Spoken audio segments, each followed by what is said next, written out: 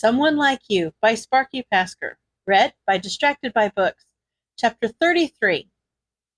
Izuku had missed his overnight adventures. He wasn't able to do much with a broken leg, so once it was healed up, he felt like he had a lot to make up for. But he wasn't out for just fun and games tonight. Over the last couple weeks, he had been following a rumor that some of the more dangerous villains in the area had banded together under the League of Villains. Of course, this isn't something he would have been able to find out normally, but it helped that one of those villains tended to have a big mouth, namely Muscular. Ironically, Muscular is who kept him from getting either burned, beaten, or stabbed to death. If he didn't talk so much, Izuku would have had to go out and follow the villains around until he found his answers, and that would not have gone over well. Villains, in general, don't appreciate being stalked by law enforcement. Just as the sun was peeking over the horizon, Izuku boarded a bus and headed towards a set of coordinates supplied to him by his network. He had done some research on it beforehand and determined they belonged to a stretch of nature preserve owned by the Wild Pussycats. Izuku had no idea what the League of Villains wanted to do with a bunch of trees.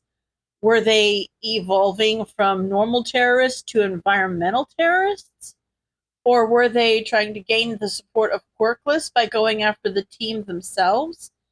It wouldn't be unheard of for villains to find support in those populations that were beaten down.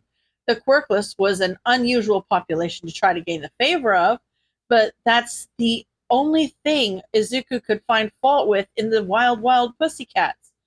They were masters of working the scenes of natural disasters, and that was mostly due to the efforts of Shiratoko Tomoko, aka Ragdoll. Her quirk, Search, allowed the team to find anyone trapped in the rubble. The weakness to that quirk, though, it latches onto someone's quirk factor to detect them. Therefore, she is unable to tell when someone quirkless is trapped. Izuku personally doesn't fault them for this weakness. He has done enough research to know that with their personalities, they would not purposefully leave someone quirkless to die. But in an emergency like a landslide or an avalanche, they have to prioritize the people they can see and detect rather than randomly searching for someone that may or may not be there. But Izuku knows he is also not like other people. He can make peace with knowing he would be ignored or forgotten if they were on the scene, but there are others who couldn't. They would think that Ragdoll could just train her quirk more to be able to detect the quirkless. It just doesn't work that way. You can't train your quirk to do something it was not meant to do. After all the stops and starts of the public bus, Izuku finally arrived at the Wild Pussycat acreage around noon of that day. Now, the question is, does he go in and introduce himself, or does he just make himself at home in the forest? A sign on the front door made the decision for him. Trails closed to the public due to a private party. Well, okay then, looks like he's making himself at home. Izuku walked further down the road before entering the forest. He wanted to make sure to avoid the area around the main building. There was no reason to cause anxiety to a random group of civilians until he knew exactly what the goal was. For all he knew, they weren't actually after anything at this particular location. With Kurogiri, their getaway gate, this could simply be a layover. Izuku had done a little bit of research on Kurogiri before he left. The police don't really know much about him. They don't know the limits of his quirk, or if there is a limit to how many people he can transport at once. One piece of information Izuku now knew that the police didn't was that all he needed was coordinates. He didn't have to have been to the location previously, but his network was only able to get him one set of coordinates. It's possible that any additional locations were only known to Shigaraki and the upper executives of the League. But if that's the case, then Izuku wouldn't be able to follow them. If nothing else, he absolutely had to get more information about the quirks and personalities of the members of the League. So far, there were just 2 confirmed members, Shigaraki and Kurogiri. The files also alluded to a mastermind behind the whole group named Sensei. Although the police don't seem to know it, word on the street says Sensei is actually all for one. Izuku had thought about him as a kind of storybook or historical villain. When he learned he was still around, it was a little hard for Izuku to wrap his head around. But back on topic, this was the perfect chance to collect more information about members that maybe hadn't debuted yet. First, he just had to find them. The League could be anywhere in this forest, or they may not be there yet at all. Izuku ran from tree to tree, stopping frequently to listen to his surroundings. Jumping from branch to branch was not as easy as someone would expect. You have to make sure that the branches you jump to are actually large enough to hold your weight. Not to mention, you have to keep an eye out for any branches that may be dead, those that look fine on the outside but hollow on the inside. Because he normally patrols in the city, there were very few trees for Izuku to practice on. But that was going to go on his to-do list when he got back home. He needed to be able to make those quick decisions and learn to keep a better eye on his environment. It had been hours since Izuku had arrived at the forest. He hadn't heard anything more than some screaming in the distance, and it wasn't an "I'm terrified" type of scream or anything like that. It was more like there were a bunch of kids that were playing games with each other. Izuku wondered if maybe someone was having a birthday party or something like that. As the sun began to set, Izuku saw lights turn on around the building. He could hear the low grumble of voices as many people spoke on top of each other. Izuku started to become concerned. He hadn't seen or heard hide nor hair of any villains. Did he read the coordinates wrong? Or had someone caught onto his network and fed him false information? He needed to get a better view of the area. Izuku saw there was a large rocky outcropping closer to the main building. He had wanted to avoid getting that close to the party, but there was no helping it.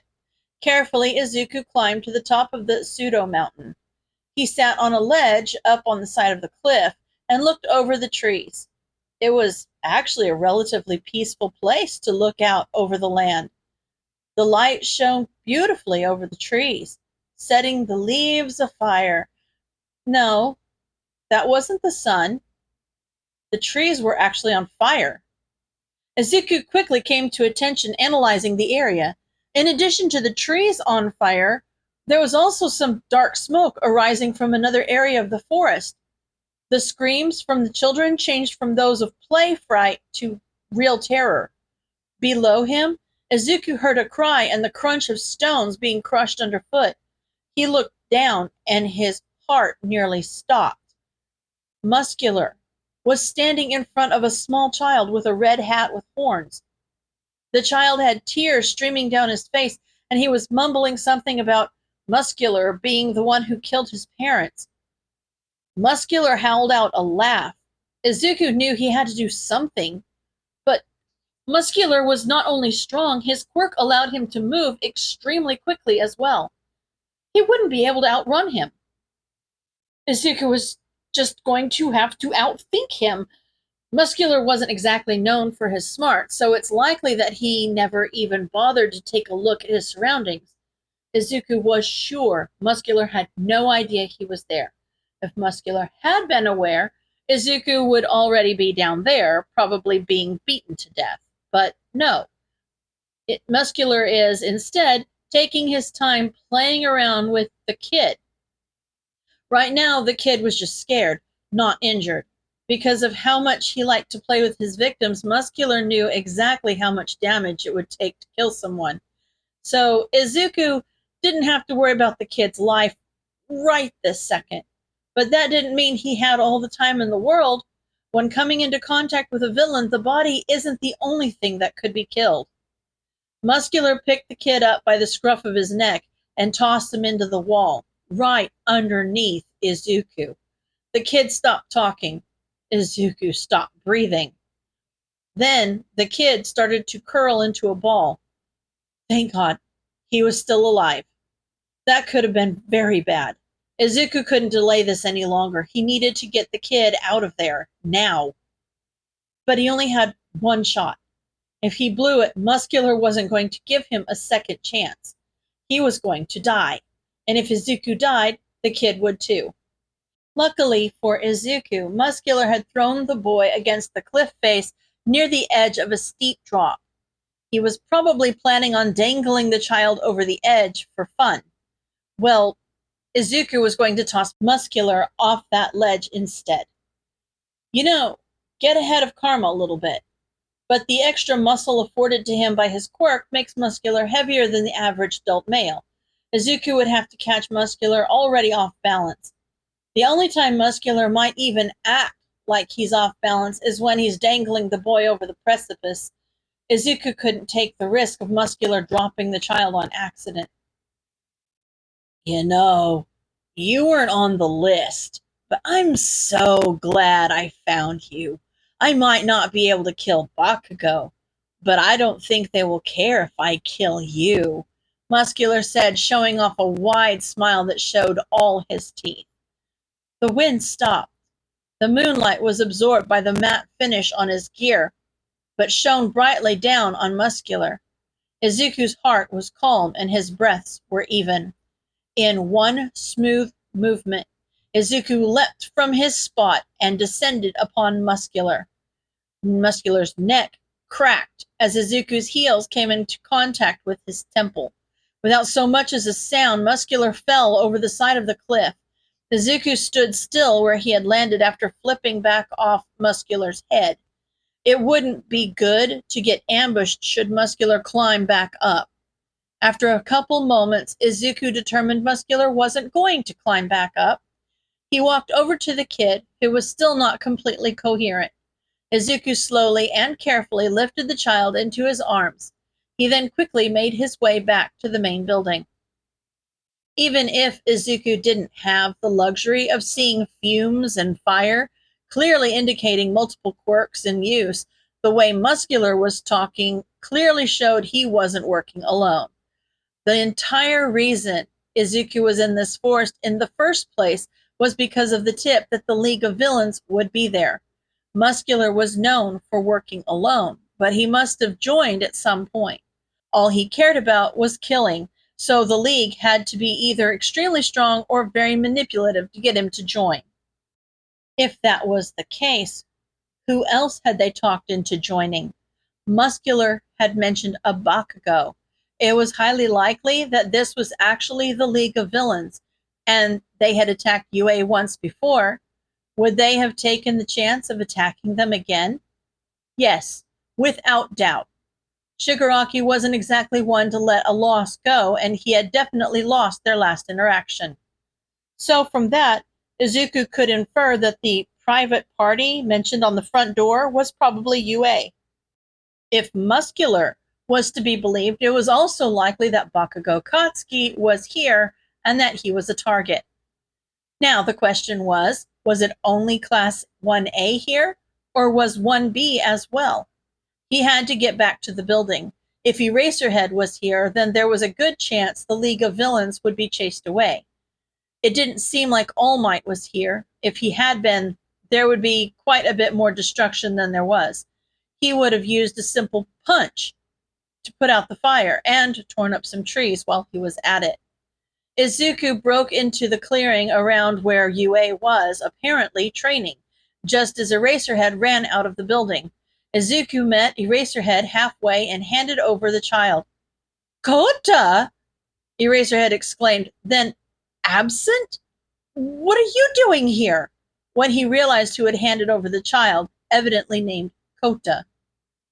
"I don't have time to explain, Eraserhead. Muscular is at the bottom of the cliff over there," Izuku said, pointing at the nearby mini mountain. "He mentioned something about Bakugo. I think they are going to try to kidnap him. I'm going to go see if I can stop the League." "Muscular! Wait! Absent! Absent!" Izuku heard Eraserhead scream as he ran back into the forest.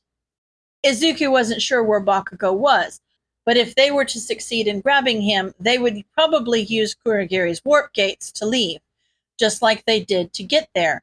If Izuku had to guess, they would probably rendezvous at a location away from chaos.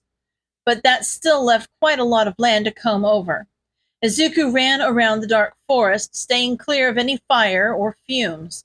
He could hear the screaming of the UA students, but he forced himself to ignore them. If he tried to go and save every student out there, he could lose the chance of dealing a large blow to the League. Not to mention, these were not normal students. They were heroes. After what felt like hours, Izuku heard the sound of shouting within a small clearing. When he arrived, he saw two groups of people.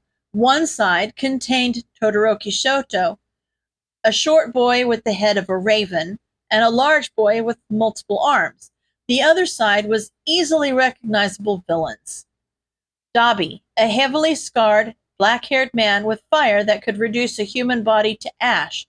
Toga Himiko, a blonde high school-aged girl with hair in twin buns and a quirk that allows her to become a functionally perfect copy of the person whose blood she drinks. Twice, a man of average build in a jumpsuit. His quirk allowed him to make perfect, though fragile, copies of anyone, granted he knew the person's proportions. And Mr. Compress, a man of slight build, wearing an orange trench coat, white mask, and a black top hat. He could compress any object down into a marble. Speaking of marbles, Mr. Compress was tossing a marble between his hands, but the man was an expert of sleight of hand. It was impossible to tell from a distance if the marble he was tossing contained Bakugo or a tree he picked up on the way to the meeting, and Izuku was going to assume the villains already had Bakugo. Those boys may be hero students, but even they weren't stupid enough to go after those villains without a very good reason. And the only reason that Izuku could think of that would be good enough would be to rescue a kidnapped classmate. Izuku crouched down, waiting for the chance to grab the marble. He had to take it. If there was any possibility it could contain Bakugo, he had to go for it. If Izuku failed, then he could always find their hideout and go after them. But this was going to be the only chance he had to save his ex-friend from some trauma. He briefly wondered why he would care about saving someone from trauma when they dealt him far more trauma themselves. But he knew the answer, because he knew how it felt, and he wouldn't wish that on his worst enemy. And he may not like Bakugo, but he was not even slightly close to being considered his worst enemy. Mr. Compress then said something and tossed the marble up higher than he had done previously. Izuku took that as his sign and ran out into the clearing as quickly and quietly as possible. Bakugo popped out of the marble once Mr. Compress released him from his quirk. No one saw Izuku until he was in front of them, grabbing Bakugo by the arm on his way down to earth and throwing him at his gaggle of classmates. "What the frick?" Dabi growled, grabbing Izuku by the back of the neck. His hand was scorching hot. Izuku was sure that he would have a severe burn if he wasn't wearing his gear. "Why, where did you come from?" Mr. Compress asked softly, as if speaking to a child. "I saw him run up." "No, I didn't." Twice contradicted himself. "All of you, shut up!" Dabi yelled. "We're out of time." Kurogiri's portal opened behind them. "We can't go back empty-handed, so may as well take this shorty. I'm sure the boss would like someone to take his anger out on anyway." Izuku stood still as he was drawn into the portal. If he struggled, he would die. If he went with them, he would die. There was no way he was coming out of this alive, but there was also no reason to hasten his death. He looked at Bakugo, who was glaring at him angrily. Now that it had come to this, there was something he wanted to say. He wasn't going to get the chance to see him again, so it was now or never. "So I guess you were wrong. I can be a hero, huh, Kachan?" Bakugo's eyes widened in recognition. Izuku! End of chapter. Chapter 34. Hey, do you think Shiggy will let me cut him? I bet he would look so cute, covered in blood. Katsuki heard the deranged girl say as the portal closed. Izuku! He screamed and attempted to run through the portal after Izuku. Katsuki was held back by Shoji. Before he could escape Shoji's grasp, the portal closed. Katsuki fell to his knees in disbelief. Izuku wasn't dead. He had been right there. He had saved Katsuki, and Katsuki had let him be taken away, and now Izuku was going to die because of Katsuki. It was going to be Katsuki's fault that Izuku died. Katsuki screamed into the sky. Then he fell silent. With some prodding from Tokoyami, Katsuki brought himself to his feet and trudged back to camp. Katsuki didn't say a word to anyone. Whether it was Kirishima trying to comfort him on the bus back to the school, his father picking him up, or his mother when he got back to his home. Although classes had been canceled as soon as the school opened up for students to use the practice fields, Katsuki went and requested access to one of the training grounds. Entering the field, the anger, regret, and grief he'd been shoving down since Izuku had been taken finally overwhelmed him. His palms crackled. Leaping forward, Katsuki hunted faux villain and faux villain. He paid no attention to the amount of property damage he inflicted.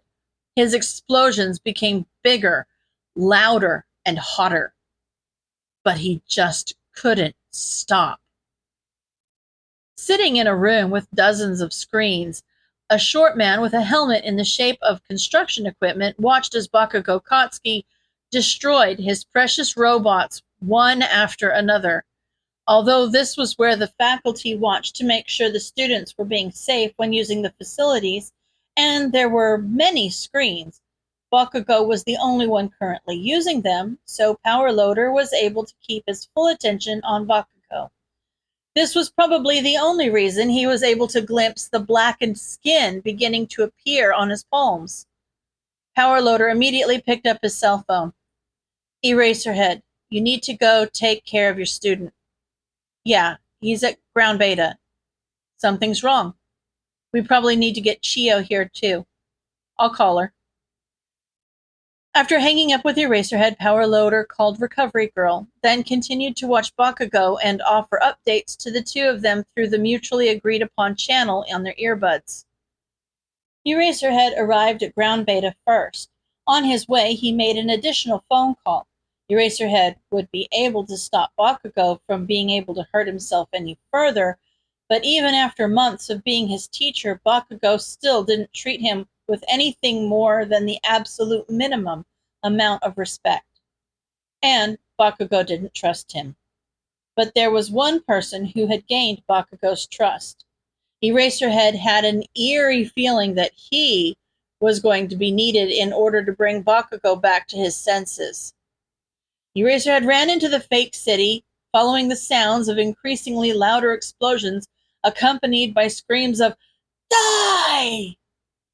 As soon as Eraserhead had Bakugo within his sights, he activated his quirk. Immediately, Bakugo's explosions stopped. But that didn't stop Bakugo like it would have at the beginning of the year.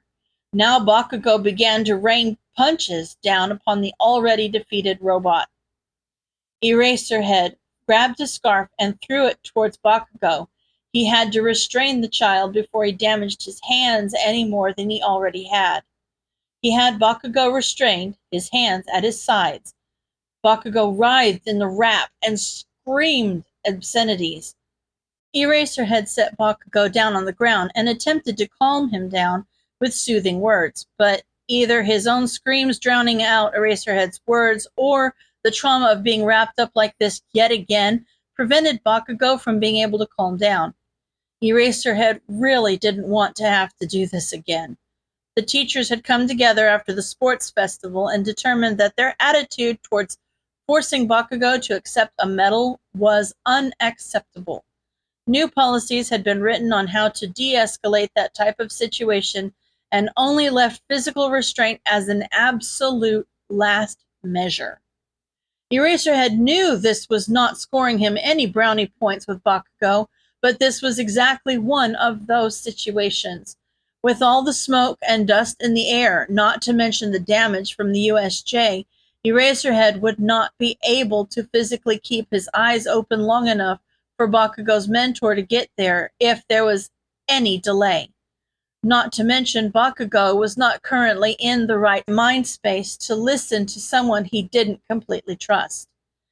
In this case, physical restraint was the only option to keep Bakugo safe from himself. After a few minutes, Night Eye walked through the doors of Ground Beta, followed closely behind by Recovery Girl. With a wave of his hand, Night Eye motioned Eraserhead to step back. Night Eye placed his hand on the screaming boy's head and smoothed his hair back from his forehead.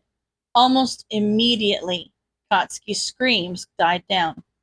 Night Eye had, completely by accident, found that physical touch helped Katsuki calm down when he was upset. After an in-depth conversation that stripped Katsuki's psyche bare for Night Eye to see, caused by an extremely disturbing patrol involving a report of an abused child, Night Eye discovered that whenever Katsuki was upset as a child, there was one of two ways others reacted. They either distanced themselves from him and watched from a distance, too afraid of his quirk to get any closer, as if he might lose control, or they hit him in some way to take his mind off whatever was upsetting him, as was the case with his mother. Once Katsuki's eyes were clear and he was able to look at Night Eye straight, Night Eye motioned for Eraserhead to release Katsuki. Eraserhead did so immediately. Katsuki sat with his knees pulled to his chest. Chio took hold of one of his hands and gave it a kiss. "Have you calmed down some now?" Night Eye asked. Katsuki just barely nodded his head. It had taken some time, but Night Eye had been able to learn how to translate some of Katsuki's body language. Katsuki was not someone who was afraid of speaking his mind, but he often had a hard time expressing himself in a way that would allow others to understand exactly what he was trying to say. In this case, he was trying to say, "I'm better, but I'm still upset." "Remember, Katsuki, you are more than your anger," Night Eye said. "I don't understand. Why do you want to help me? I'm nothing more than a villain. Izuku is going to die, and it's all because of me," Katsuki responded. "Izuku? What does this have to do with him? We haven't found him yet, so how do you know he's going to die?" "He was the one who saved me from being taken by the League, but he was taken instead." "Thank you for telling me, Katsuki.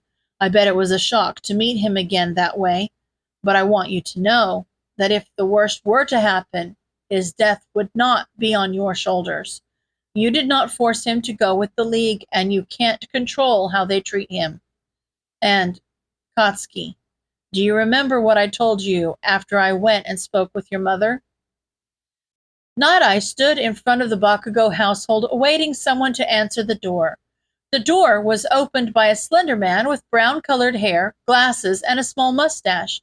He led Night Eye into the living room, where Katsuki was sitting on a chair, and a woman who looked identical to Katsuki was sitting on a couch. She was extremely unhappy to see Night Eye, and if what Katsuki said about Eraserhead's conversation with Bakugo Mitsuki was accurate, Night Eye has a good idea how this conversation will go. He won't even need to use his quirk.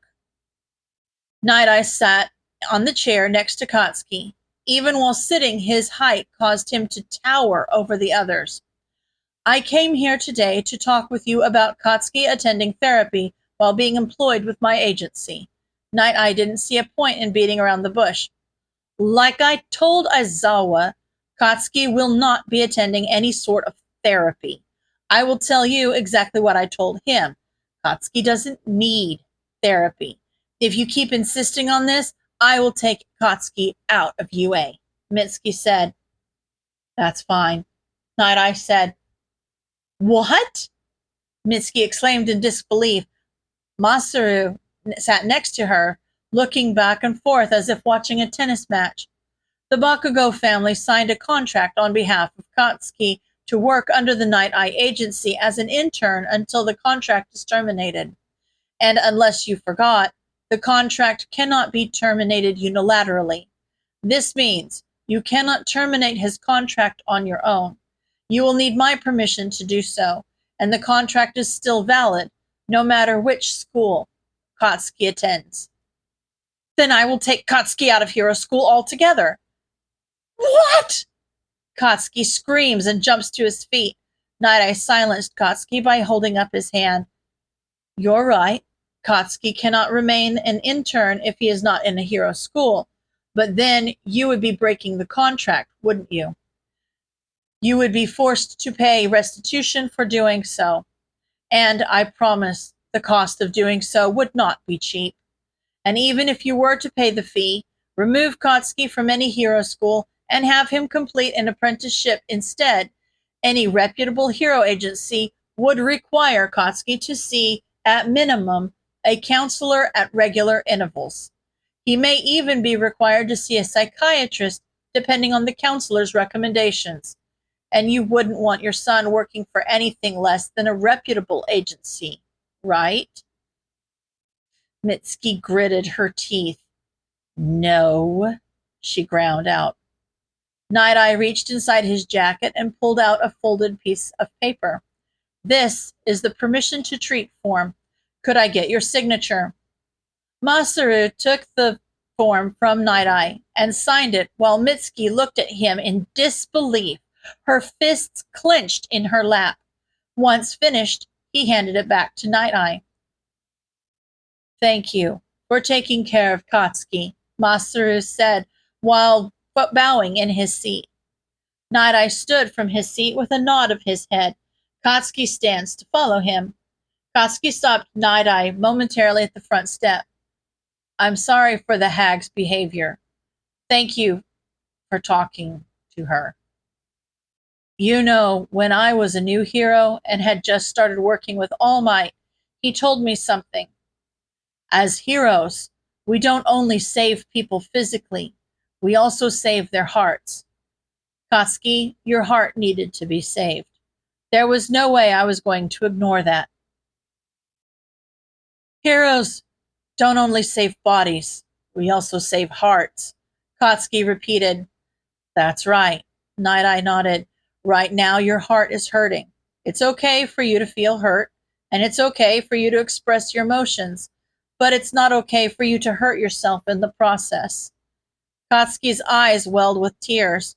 As much as he wanted to hold it in, the scream of grief escaped and the tears ran down his cheeks. He wanted to bash his fists against the ground, but Night Eye had grabbed his wrist and held them to his chest. When Katsuki realized he couldn't escape, he collapsed against Sir Night Eye. Eventually, Katsuki's tears dried up and he sat on the ground. I'm going to save Izuku, he said resolutely. Sir Night Eye looked at Eraserhead, who shook his head. They both knew how strong the villains were going to be in the coming fight, and they also knew it was not appropriate for any student to go, let alone a first year. I'm sorry, Katsuki. That isn't going to be possible, Night Eye told him. What? Why? I can fight! Katsuki yelled. I know you can, Katsuki. Night Eye said, but this is not a fight we can allow students to participate in. Knowing Night Eye's decision was final, Katsuki stood from his stop and stormed off toward the locker room. After changing into his street clothes, Katsuki walked out of UA. Kirishima was waiting for him outside the gate. Shitty Hair, what are you doing here? Katsuki asked. Well, I wanted to see how you were doing, so I went to your house. Your dad said you were here. I figured I would wait for you here, but you're not looking too hot. Are you willing to tell me what's wrong? The guy that saved me from the villain is a guy I grew up with, and actually, I have been looking for him for a few weeks now. His name's Midoriya Izuku. and I have so much I need to say to him. Midoriya Izuku? Oh, I know him. Uraraka brought him along when a bunch of us went shopping at the mall. Katsuki looked at Kirishima in disbelief. He couldn't believe Izuku had been so close by all this time. And no one told me? Katsuki said, beginning to get angry. Well, to be fair, dude, no one knew that you knew him or that you were looking for him. You're right. Katsuki's anger was reluctantly released. I'm going to save him. Yeah, man, that's so manly. I'll go with you, Kirishima said with a large grin. So, absent is Midoriya? A voice sounded from behind them. Ida and Yaoyorozu walked up to them. Yeah, remember the guy from the mall? Uraraka's friend? He's the guy who saved Bakugo. Oh, but what are you guys doing here? We have a student council meeting, Yaoyorozu explained. Oh, makes sense, Kirishima answered. But anyway, I would like to join you in rescuing Absent. He helped me a great deal in the past, and I would like to repay him, Ida said. And when I saw him at the mall, he was quite skinny. I'm concerned the villains won't pay attention to his health when he is clearly quite sick, Yaoyorozu added. During the attack, I placed a tracker on the Nomu. I have already informed the teachers and gave them the receiver.